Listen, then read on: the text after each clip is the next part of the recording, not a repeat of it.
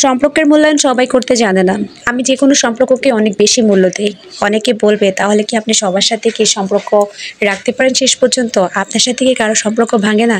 হ্যাঁ ভাই, আমার সাথেও আমার একদম প্রিয় মানুষগুলোরও ১০০০ বার সম্পর্ক ভেঙে গিয়েছে। কিন্তু আমি বলব আমার দিক থেকে কোনো অন্যায় হয়তো নাই তাদের সাথে সম্পর্ক ভাঙার। কারণ আমি যেকোনো সম্পর্ককে অনেক বেশি মূল্য দেই। সম্পর্ক টিকিয়ে রাখার জন্য শেষ পর্যন্ত নিজেকে নির্লজ্জ বানিয়ে ফেলি। যখন দেখি যে না, অন্য পক্ষ থেকে এই সম্পর্কটা আর টিকিয়ে রাখা সম্ভব না, তখনই আমি আর সেই সম্পর্ক থেকে আস্তে আস্তে বের হয়ে আসি। আর যখন বের হয়ে আসি তখন আর ফিরেও তাকাই না তাদের দিকে। হাজার সমস্যা হলেও আমি ফিরেও তাকাই না। কারণ নিজেরও তো একটা আত্মসম্মান বোধ বলে কিছু থেকে থাকে। আসসালামু আলাইকুম, welcome to my daily kitchen and ব্লগে। আজকে আমি আপনাদের সাথে শেয়ার করব সকাল থেকে দুপুর পর্যন্ত কী করলাম সেই নিয়ে। তারপরও আমার ভিডিও সব আমি নিতে পারিনি অতিরিক্ত ব্যস্ততার কারণে। একটু ভিডিও করলাম আপনাদের সাথে শেয়ার করার জন্য। কারণ যদি শেয়ার রেগুলার করি তাহলে বোঝা যায় যে না, সবার সাথে সম্পর্কটা ভালো আছে বা সবাই ভিডিওটা দেখা মানেই হচ্ছে যে সবার সাথে সরাসরি কথা বলতেছি। আমি তো অনেকের ভিডিও খুব বেশি ভালোবেসে ফেলেছি, প্রতিদিনই তাদের ভিডিও দেখা হয়, যেমন মেধার আম্মু, রোদেলার আম্মু, হোম মেকার মুন্না, রোকাইয়া আপু, আরও অনেকে যাদের নাম আমি এখন মনে করতে পারতেছি না। তো আজকে সকালে নাস্তা করার পরে দিয়ে মেয়েরা বলতেছে মিট বল খাবে। পরে আমি কাজী ফার্ম থেকে একটা মিট বল কিনে আনলাম। প্রতিদিন দেখি অনেক ভালো লাগে, কেন জানি আজকে মিট বলগুলো তেমন একটা ভালো লাগেনি, কেমন যেন একটা স্বাধীন লেগেছে, জানি না কেন। তারপরে দিয়ে কাজী ফার্ম যেটা করে, রেগুলারলি যদি খোলা মিট বল কিনি 5টা একটা স্টেকে, তখন দেখা যায় যে 25 টাকা দিয়ে কেনা যায়। কিন্তু আমি এখানে 22টা মিট বল কিনলাম 195 টাকা দিয়ে। তার মানে এটা একটু লসই হয়েছে। যারা কিনতে চান তারা খোলা কিনে খেলে আমার মনে হয় বেশি ভালো হয়। মিট বলগুলো বাজি করার পরে আমার মেয়েরা সাজাবে, আমাকে দৌড়তেই দেবে না। তারা নিজেরাই সাজালো, নিজেরাই আবার সস ঢাললো, তারপরে বললো সবাই একটা একটা করে নেওয়ার জন্য। ভালোই লাগলো এরকম মাঝে মধ্যে পরিবারকে সময় দিতে বা সবাই একসাথে খেতে। তারপরে খাওয়া দাওয়া করে চলে আসলাম একটা স্কুলে, যেহেতু ছোট মেয়েটার স্কুলটা চেঞ্জ করার ইচ্ছে আছে।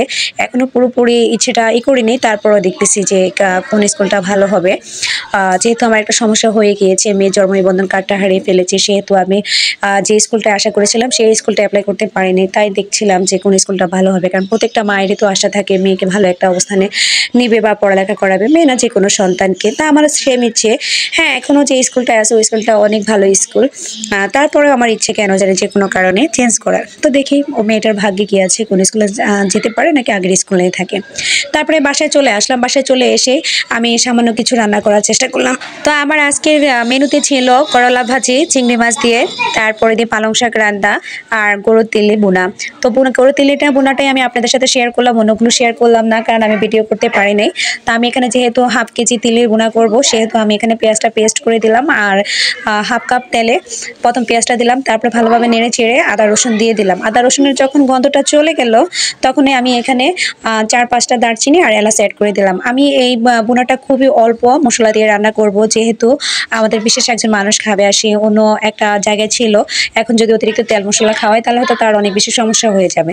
তারপর আমি এখানে দিয়ে দিব হাফ চামচ হলুদ আর 1.5 চামচ মরিচের মতো দিয়ে, তারপরে এগুলো আমি ভালোভাবে কষিয়ে নিব নেড়ে, কারণ যদি মশলার গন্ধ থেকে যায় তাহলে খেতে ভালো লাগবে না। আর তিলি ভুনাটা আমি বেশি রান্না করি, কারণ তিলিতে নাকি অ্যালার্জিটা কম হয়, যেহেতু আমার বাচ্চাদের অনেক বেশি অ্যালার্জি, সেহেতু আমি প্রায় চেষ্টা করি যে ওদেরকে একটু তিলের কাবাবটা বা তিলি ভুনাটা করে খাওয়ানোর জন্য।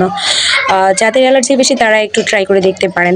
তারপরে একটু কষিয়ে গেলে আমি এখানে একটা টমেটো কুচি করে দিয়ে দিলাম, কুচি করে তারপরে আবার নেড়েচে দিলাম ভালোভাবে, যেন মশলার গ্রানটা একটু না থাকে, কারণ মশলার গ্রানটা থাকলে সমস্যা কেমন যেন একটা খারাপ লাগে খেতে। তারপরে আমি এখানে তেলিটা দিয়ে দেবো, তেলিটা দিয়ে আমি এখানে আবার ভালোভাবে নেড়ে চেড়ে দিব যেন মশলাগুলো মিক্সড হয়ে যায়।